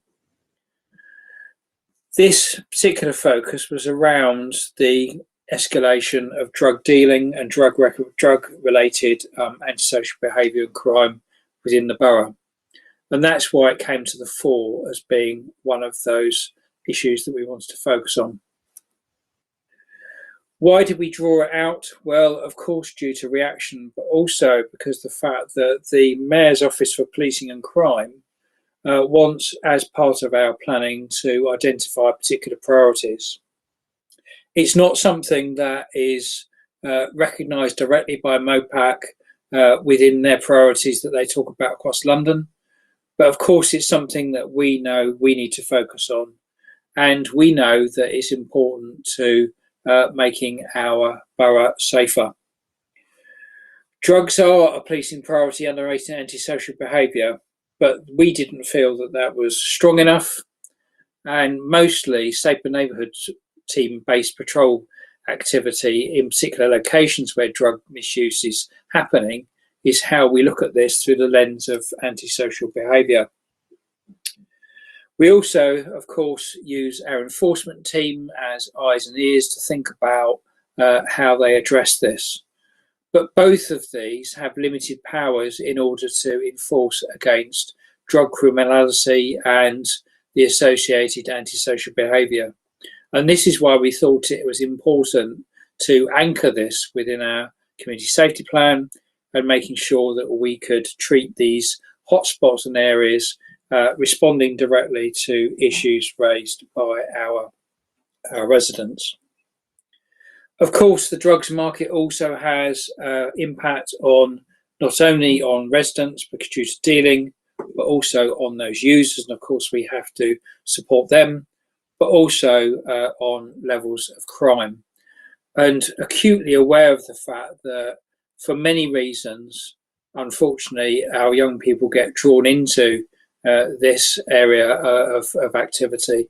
And again, it's something we're acutely aware that we need to provide that support. So we have to regularly react to intelligence that's coming in, whether it's in the nighttime economy or residents calling in and saying they're concerned about this. It's an area that we feel is underreported.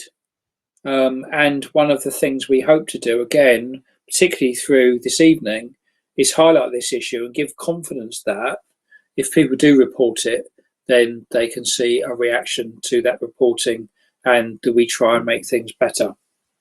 So we collect the data from many, many sources. We weekly scan what's happening in terms of drug activity and then think about what interventions we need to make. These aren't only enforcement. We have to think about diversion, we have to think about support, we have to think about how we talk to our communities, how we understand what's happening, and we need to think about what are the underlying causes for local authority of this activity. So whilst the police are, of course, lead in terms of enforcement, and we've heard that, what we need to do is think about how we treat drug misuse, how we support those people out of drug usage.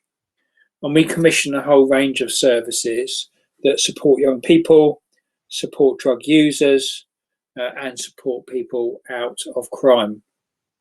And our main focus has to be not only the enforcement bit, but the main focus has to be about how we support those people and provide those interventions. Performance indicators in this area, and we've spoken a lot about performance indicators this evening, are very difficult. Some of this is about reporting, some of this is about arrests and convictions, but some of it is also about feedback from residents within local communities about the change that we are making, working with those communities and trying to make sure we can embed that change. I don't think I'm going to say a lot more than that, Chair, because I know that on the previous item we ran out of time for questions. I will, of course, if it's detailed questions that people want to ask about statistics or about particular interventions, I will, of course, bring in both Jerry and Maurice and perhaps Karen as well if it's around particular parts of detail analysis on the numbers. But I think I'll stop there, Chair.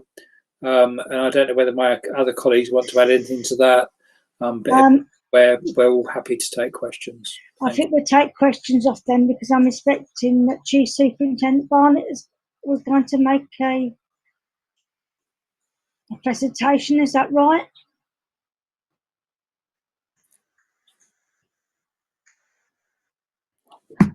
I don't think there is on this particular section. Right. Okay, fine then. Okay, well, sorry, I got that wrong. I told you the police were going to say something as well. But okay, we've heard from Tim, and I'm sure you're there willing to take questions. Okay, if I start perhaps off with a question. Since COVID in recent weeks, there's been a lot more people in our parks openly smoking drugs. And I just wondered whether there'd been any arrests or any enforcement taken, or have our parks become an area where you can smoke, but particularly smoke drugs. I haven't seen anybody injecting or taking any other sort of drug in my walks, but I have seen lots of people smoking drugs in the parks and also in the streets on their way to parks and just in the streets in general. Do you want me to answer that, Councillor Patrick? It's Maurice. Yeah, thank you. All right, I'll keep you brief, Councillor Patrick. If you want any supplementary questions, then please feel free to ask. So I got your email, by the way, on that particular topic. I wasn't being rude in not replying to you. I thought it would come out today, and it was a good opportunity for other people to hear it as well. So the first thing that I would say is, by way of drugs and the hotspot areas, including parks, Karen, on our behalf, has done a detailed analysis of all of the parks, including antisocial behaviour, COVID, drug taking. She's done a detailed analysis in terms of the nighttime economy, although that's moribund at the moment until it kicks in again. And in terms of enforcement activities from our enforcement officers, well, they haven't got any primary powers around drugs possession. So therefore, they haven't got the power to stop and search someone, as the police has. They haven't got the power to arrest someone. However, the good news is that they have got the power to interject. They have got the power to issue antisocial behaviour warnings. They have got the power to seek injunctions and other civil remedies. And, you know, we're in discussions at the moment around London Fields, as colleagues will probably be aware, around collating evidence to inform the application for an injunction in that particular area. So, and the numbers in terms of fixed penalty notices, the numbers in terms of antisocial behaviour warnings, community protection notices, etc., we will have all of that detail. Because one thing that I will say is that oftentimes, you know, somebody who is taking drugs, you know, can also be committing other forms of antisocial behaviour. So the officers, and we've got body-worn footage of all of the parks, and our officers doing a sterling job in terms of being able to influence people around drugs taking, but also around antisocial behaviour. So the next element, though, and this is really important to say also, is that through our weekly and monthly tasking meeting, which indeed the police attend, but not just the police, and as Tim articulated earlier, you know, enforcement is just one strand, but it's not the only strand, in my opinion. And, you know, for police colleagues, don't take this the wrong way, probably not the one that's going to do it in the long term. So there is a lot of work from our street outreach coordinator, who links in with housing services, who links in with Young Hackney around outreach team to prevent drugs taking from happening. And that meeting is very much led on people reporting things, but also on professional judgment and analysis. And interestingly and importantly, when our enforcement officers do anything in those particular areas, or indeed the police, Karen collates the evidence to show that they've taken some action around it. Now, the final part that I would say is that drug taking is a criminal offence. We all know that, but in my personal opinion, the criminality that has the most pernicious effect on communities is drug dealing. And I don't want to talk for the police, but through Superintendent Mike Hamer, who's not on the line, but Dan is, and Dan's been involved in it, Dan Rutland, that is colleagues, they have introduced Operation Continuum. And Operation Continuum has already led to a significant number of individuals arrested for drugs dealing in one of our areas. And it's now, I won't give you the details for obvious reasons, for confidentiality reasons, but that particular initiative is now moving its focus onto other hotspot areas around drug dealing and enforcement based. Okay. So in essence, you can see, but more importantly than hearing it, it's actually on paper, recorded down. There's an audit trail of all of our activity. We are doing a considerable amount to deal with the antisocial behaviour aspects of drug taking and indeed drug dealing. Back to you. Thank you. Thank you. Yeah, I mean, Councillor Lynch has just put in the chat, and I'd like to agree with you. We'd like to thank the enforcement staff and all the council's park staff who have had to deal with the upsurge of antisocial behaviour by a small minority of people who have turned our parks into something they're not, which is not open air nightclubs. So I would like to thank all the staff on our behalf and also the police. But I suppose what was behind my question is, in our previous part of the meeting, we were discussing trust and confidence in the police. And one of the issues that came up was that about disproportionate number of young black men in particular being stopped by the police, and often for drugs. I haven't carried out a statistical analysis of who's in the park. I can only say from looking at the people I see when I have my daily walk, that they are not young black men who are sitting in the park smoking drugs. And I just wondered whether, I agree with you entirely about the dealers and the effect that has on the communities, but I just wondered what action had been taken, considering action that's been taken against another part of our community who feel they're being targeted by the police. Just the other final. Does somebody want to come in? I'll keep quiet as well. Yeah. Sorry? No, you go on. Yeah. What I was going to just, again, briefly, and Councillor Patrick, I'll take your lead, so stop me if I go on. But what I would say is I can fully get your point. I can fully get your point because, you know, we're not here from a community safety partnership to be biased in any way. And the other area that I would suggest, and again, I haven't got the stats here in front of me, but I would suggest that isn't predominantly young black men is the nighttime economy. Yeah. I think you would agree. Yeah. Some people call it the middle class drugs market, but I can only speak for enforcement officers and my experience of working. I think we've got an excellent relationship with the police in these areas, and we are very keen on making sure that we utilise our antisocial behaviour powers from a local authority in a way that's proportionate, that is actually doesn't see people's colour, around it, but sees criminality. But even when it sees criminality, not the one-trick pony around enforcement. This is about trying to support individuals, but I do think there has to be a focus onto the dealers. If I'm frank with you, I'm less concerned about the people who are, smoking a bit of spliff. I'm less concerned of that. I'm more concerned with those individuals who are creating misery in our communities by selling it in the first place. Okay. Does anybody else want to come in on that? Councillor Patrick, could I just comment a second? I think there is a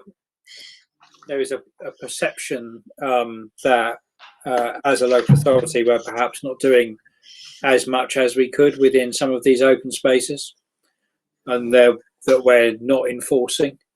And I think what I'd like to get the message across is that, of course, we are using all the powers we have at hand, in particular around antisocial behaviour, public urination and other things that people are doing in these open spaces. And certainly we are exploring every possibility in terms of making sure that those parks and open spaces can be used and are safe for all of our communities, and exploring every single option we can to make sure that we use appropriate powers in those spaces as we should and as people would expect, so that all of our community and families and young people can come out and use those spaces and feel safe. And of course, we do need to address those people that are dealing drugs within the community and supplying those drugs. And where possible, of course, where people are carrying large amounts of drugs and dealing those, that's probably our key focus. But of course, if people are, again, creating antisocial behaviour as a result of drugs use within open spaces, again, we would use whatever powers we have to enforce, to reduce that antisocial behaviour. Jerry, I see you wanted to come in, but back to you, Chair. Yeah, I've got Jerry, and I've also got Councillor Ette. I just think Tim has answered a lot of what I said, but Councillor, we would not issue a fixed penalty notice to somebody who was under 18 years of age. And we also, I don't have statistics in front of me relating to our antisocial behaviour warnings. We do keep demographic information, so I can provide that if you want it. Can I also say that we used a huge raft of powers we have in the Antisocial Behaviour Crime Policing Act. In last month alone, we got one extension of a closure order that we'd issued, that we got from the court, where there was drug dealing was being carried on by a resident, and it affected the 8 residents around this person. And we also got an additional 2 closure orders in respect of a block of flats and a particular flat where there was extensive drug dealing going on, and they're in place for 3 months and can be extended by the court for another 3 months if the problem continues. So as Tim says, we are using the raft of powers we have to deal with antisocial behaviour to do with drug dealing. And the other thing which I did really want to say about drug dealing is a victimless crime, and people are not reporting it, even though people may feel that there's a fear or whatever. But unless residents report drug dealing to the police, it won't show up on their heat map and it won't get the attention.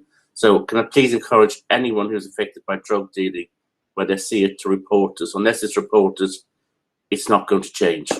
Yeah. Councillor Patrick, can I come in just one point of clarification, because I'm mindful of public meeting, etc., and I don't want to, to provide information that could actually be misinterpreted. There's no, I'm not saying that there is an injunction in London Fields. We're considering every option, and we would have to work with the police. We would have to collate evidence. But the point I'm making is, the key point is that we do consider both civil and antisocial behaviour powers within our remit. Because I don't want anybody to think, oh, there's going to be a this, that, and the other in our parks. That's not the case. It just shows that we are actually considering all of the options.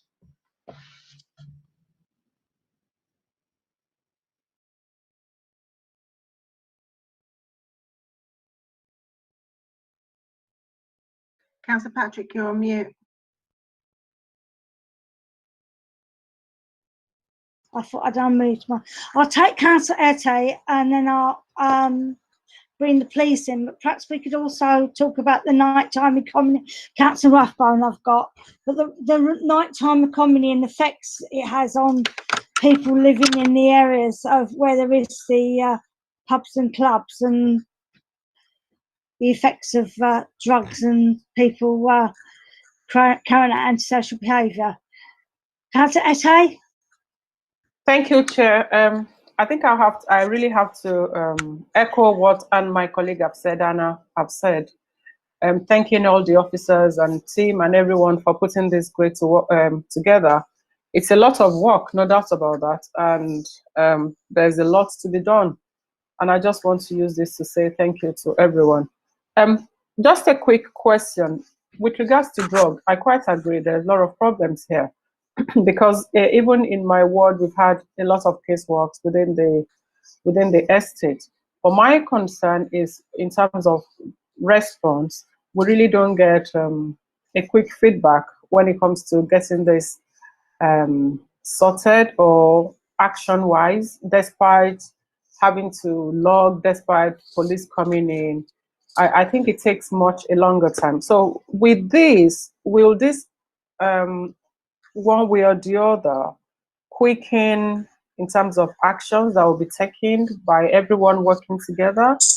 You know, I just have that concern because there's a lot of drug use in so many of our estates in my ward, and I know it's a very great concern as well. So I just wanted to touch on that really. And the nighttime economy, yes, I think Maurice has touched on one of the questions that I think he's touched on one of the answers. But like the chair have said, I was going to ask the impact, because if anyone is living in Shoreditch, the impact when it comes to nighttime economy and on residents, and what are the best way that we are going to work with them, and in terms of assurance, you know, I just wanted to say that. But thank you for all the hard work. Chair, I'm probably going to hand up. Chair, is it okay if I come in for a second? Yes. In response to that, Chair, I'm probably going to hand over to Jerry and Maurice in terms of nighttime economy, because what they will talk about is the very close working we do in terms of tasking around nighttime economy. Councillor Ette, I'm sure you'll see this is a strategic priority number 2, alcohol-related crime and disorder, licensing and safer socialising. And I think you've hit the nail on the head in terms of some of those venues around drugs use, and certainly Maurice and Jerry can talk about some of the very detailed work that's done around drugs use within some of those venues. But again, as was said earlier, and as Jerry said, we would encourage people to report in either to Maurice and Jerry or via the police any venues where they suspect there is drug dealing and drug use happening. And certainly the more people report that, we will then bring that into our tasking and make sure that we do focus on those particular venues. And I think Jerry spoke about a couple of venues where we have had intelligence coming through, and whilst they were residential, we have closed those down pretty swiftly and dealt with them. And I know that the residents that were close to that have been very appreciative of that and had some very good feedback on that swift action. But this really is based on intelligence. What I'll do, if it's okay, Chair, is hand over to Maurice or Jerry to talk about some of the detail we do around nighttime economy, in particular some of the work we do working very closely with those licensed premises and some of the networks we have. And I think in particular it's worth also highlighting not just that, but this is about, and it says at the end of that priority, about safer socialising. And we're aware that some of the other negative impact of nighttime economy, in particular around people being safe on their way home, and in particular around women being safe within our nighttime economy, is again particularly important. And a lot of the work we do around that is very good quality and tries to support, which props up some of the other areas of crime and helps deal with those. So Jerry, do you want to come in? Thank you, Tim. Obviously, the nighttime economy is a strategic priority in its own right, but drug misuse and dealing is a significant problem, and Shoreditch and the other NT locations, particularly around nitrous oxide and cocaine. And we have put specific focus on that and associated ASB.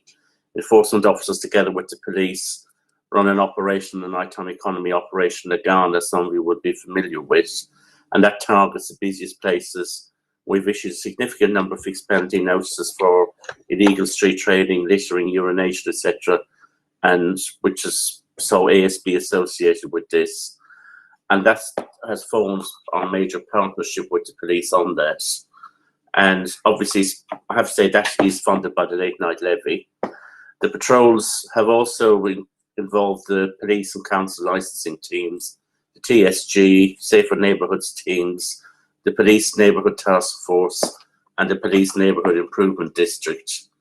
And Marcus will probably fill in more on the need, but that basically is established as a pilot in Shoreditch. A small team of officers led by an inspector working really closely with Hackney and Tower Hamlets to sort of deal with cross-border legacy issues. And obviously, the main focus is on prevention, engagement, and enforcement. And it's obviously not just focusing on crime, we're also focusing on links to environmental and planning objectives, particularly around Shoreditch. And obviously, since COVID-19, a lot of this work is on hold, but the NID are still working on developing plans and doing some background work. We've also done a lot of work with Safer Socialising. Our late night levy manager, Samantha Matthews, has done a huge amount of work on that, provided training packages. We did advertising around Christmas. We've also a commitment to meet the requirements of the Women's Night Safety Charter. We've also had the Night Czar, Amy LeMay, come to Hackney to give a talk to businesses. And we are actually looking at an online portal, which is due to be live very soon, to offer training to businesses and who have signed up to this. And Maurice, I don't know if he wants to say any more on that. Do you know something, Jerry? I think you're spot on. The only other, you've covered everything. The only other thing that I would say is if councillors have detailed questions, I will give, some acknowledgement and respect to Karen, because she has done a considerable amount of work on terms of the analysis, the intelligence, which has actually, and I'm sure Martin Rolleston would agree with it, it's really given the police a starter for 10 in terms of where to focus their finite, usually small amount of resource. But the thing is, what we're doing in these areas, I've just seen one of the messages come through one of the other councillors saying, is Hackney Wick the new Shoreditch? I don't think it quite is there, but tell you what, if it starts to kick off, Karen will identify it, and we will be onto it, in a coordinated way. But what we've tried to do genuinely with the nighttime economy, I think through the Late Night Levy Board, chaired by Councillor Pluvier, supported by Councillor Salmon, licensees attending, is that we have generally tried to implement a problem-solving aspect. So that means, offender aspects, but also it means, raising awareness with victims, trying to design out crime, we have purchased mobile CCTV cameras, etc., working with licensees. And, I do actually feel that it's getting a significant amount of traction.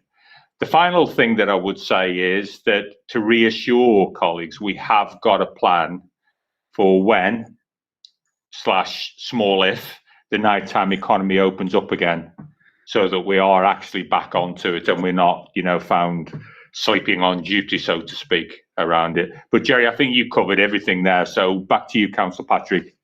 Thank you. Just sorry, just very briefly, Sharon. Oh, Caroline. Sorry, yeah. It was just on. Here. Sorry, yeah, it was just on Anna's point, which was just to note as well in terms of the levy. One of the things that we've been very conscious of as a levy board is that obviously those who contribute into that levy are from across the borough. So while we have a lot of particularly challenging issues around about Shoreditch, we do seek to work with licensees to make sure that we are picking up on things that we're seeing across the borough, and we've got representation. And actually, one of the things that Sam, who's the really excellent levy manager, has been very good at doing, is building up sort of our connections and links in with licensees in the different nighttime economy areas, so that we've got a good sense about what is being seen in different locations, so that we can make sure that it is a levy that is a benefit for all of the areas which have licensees paying into it. Thanks. Thank you. I'm sure from what I can gather, a lot of the problems are not actually in the licensed venues, but are in the streets around the licensed venues, either people going between venues, or I think, as Morris said, people going home. That's when I think some of the issues around drugs are coming out. And also we know about the nitrous oxide, especially around the Old Street area. You only have to look, all credit to our street cleaners who are down there cleaning up those little plastic capsules.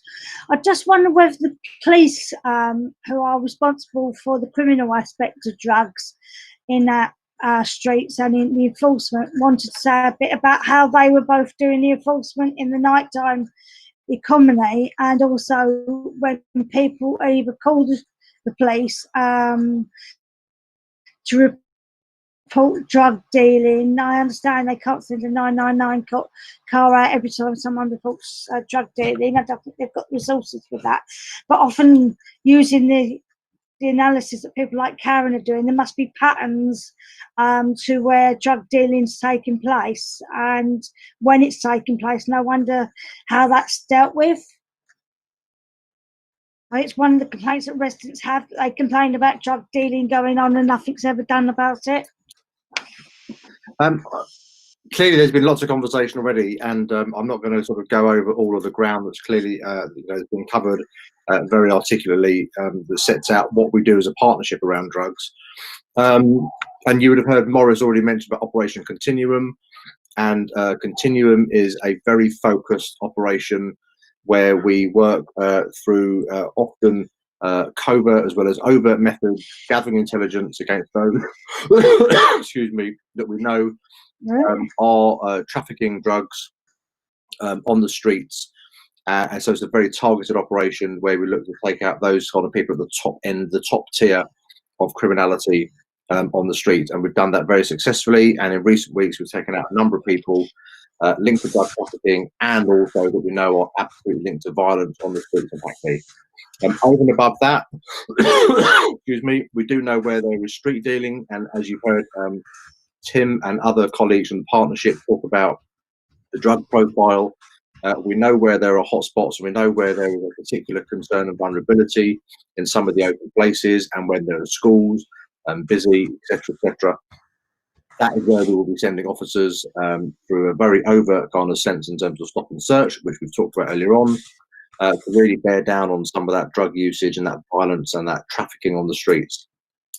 Yes, we have got the nighttime economy game, which you've heard about. We've got our neighbourhood task force, which is a dedicated team that looks at particular areas of neighbourhood policing where there are problem profiles that are emerging, where we need to put some additional resource into really sort of enforce particular areas and at particular times. And part of that is around Shoreditch.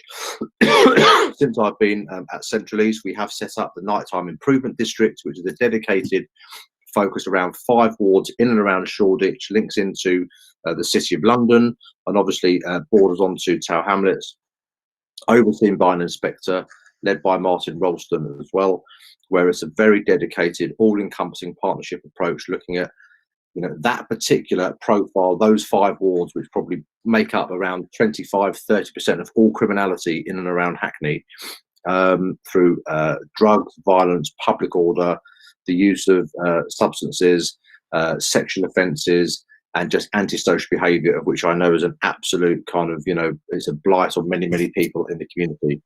So there is a huge amount of work that we do with the drugs, and I've been at pains to say that drugs and antisocial behaviour underpins everything that we do in terms of our activity and enforcement, terms around violence and robbery.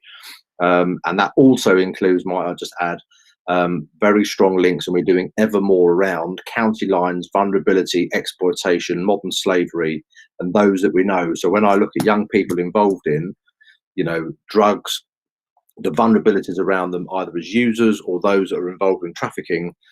We are doing more and more and more. We're looking at, and Morris will know this as well. We've had some work done through the violent reduction unit sitting in Mopac to look at those that are vulnerable, I say, in and around the drug market itself. It's not just people that are users. There are victims in this that are caught up, users, and those that are then involved in, I say, exploitation and modern slavery. A very complex, a very significant piece of work that we're doing through the partnership that is already bearing, much fruit. Okay, thank you. Jerry wanted to come back in. Yes, I just want to say in relation about some statistics that we have actually served 27 antisocial behaviour warnings for drugs since January this year, of which only 4 were served on black people. So if there's people concerned about on demography and people being unfairly picked on, I don't think that's the case in relation to our ASB warnings. Yeah. Thank you. Does anybody else have any questions? Councillor Rathbone. Can I just add, Councillor? Can I just add, Chair?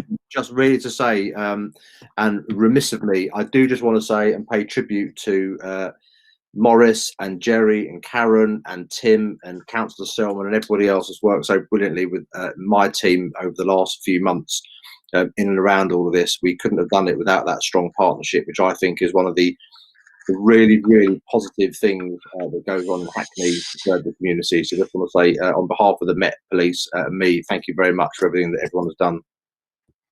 It's a pleasure. Councillor Rathbone. Yep, I agree with those comments. We started in 1998 and we've been getting better ever since.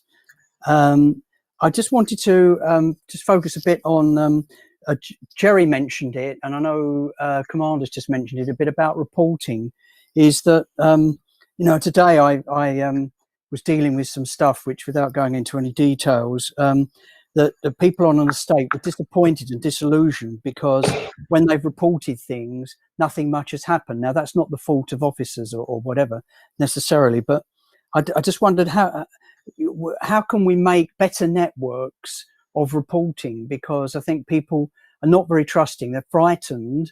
They don't want to make a phone call or obviously an email because they're going to get identified.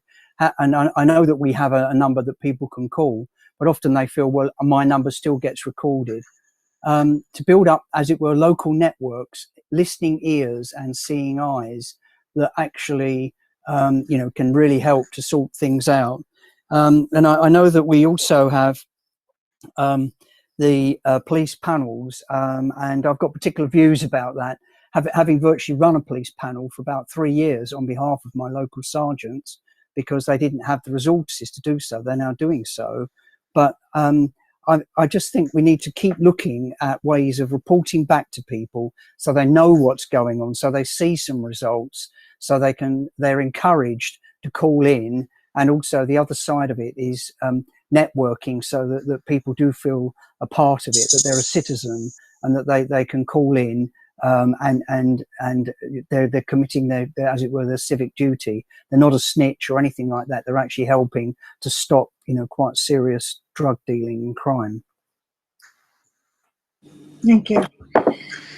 I mean, yeah, thank you, Councillor Rathbone. You come back to the issue that I raised earlier, and it's good to hear of all the really good partnership work that has gone on, and I know does go on, but residents still say that what's the point of reporting, because nothing gets done. And I understand, because of confidentiality and all the rest of it, you have to be careful what you say, but perhaps it's about communications with local residents and reporting on what does get done where you can.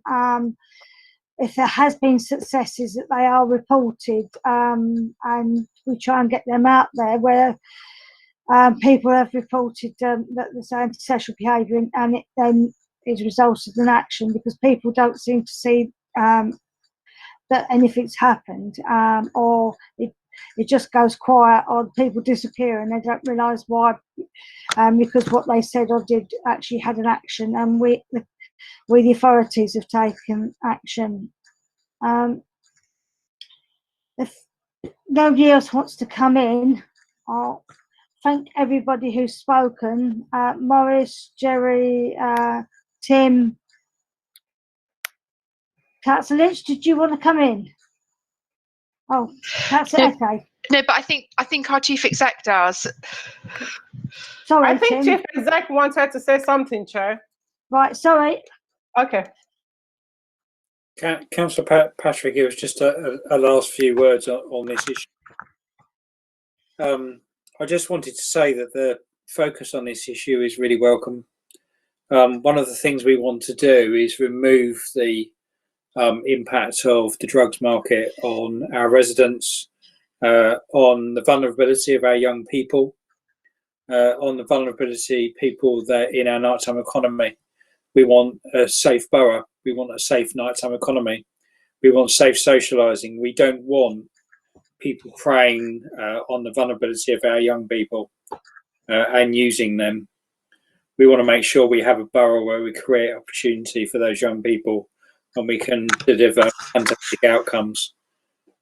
Just on this issue, I just wanted to just finish off by saying that the work we do in this area is so important. This is one area where we can make a huge difference. And Councillor Rathbone's question about safer reporting, I think if we can find ways of doing that, but what I'd want to say to Councillor Rathbone and to others is that one of the things that Jerry highlighted in terms of successes, sometimes the reporting comes into me and people have to have that absolute confidence that that will remain confidential and that we wouldn't identify individuals, and we take these confidentiality issue extremely seriously and make sure we want to protect the identity of those residents and that they should have confidence that they can report things to us and that we will act.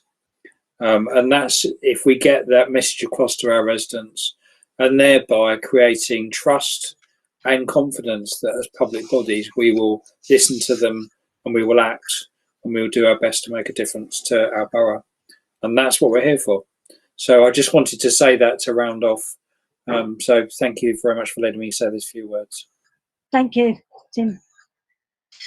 Right, thank you very much. We've finished that item, so we're now going to move on to item 6, which is the minutes of the previous meetings. We have 2 sets of minutes to approve. Can we approve them? Is that a yes? Approve. Yes, Approve. approved. Yes, Thank Chair. you. Yes, absolutely. Yes, Chair. Yes. Thank you. Yes. The next item we have is item 7, which is the work programme. We have our meeting in July where we're going to try and finish off some of the work we were doing with the housing associations and finding out what's happening with them. And we're going to looking at particularly the part they can play in recycling, in our recycling and greener agenda across the council.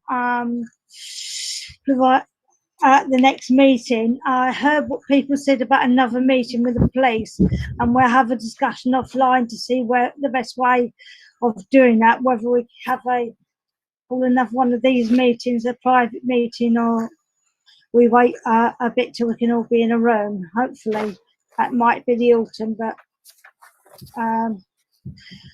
right, so I haven't been notified of any other business, so I'm going to declare the meeting closed. I'd like to thank everyone for coming, and it's been a pleasure to share it, and thank you for your contribution. Technical people for recording the meeting, and Tracy for taking the minutes. Thanks, Sharon. Thanks, Thank Chair. you. Thanks, everyone. All the best. Thank you. Bye bye. Bye. Thank you so much for all you're doing.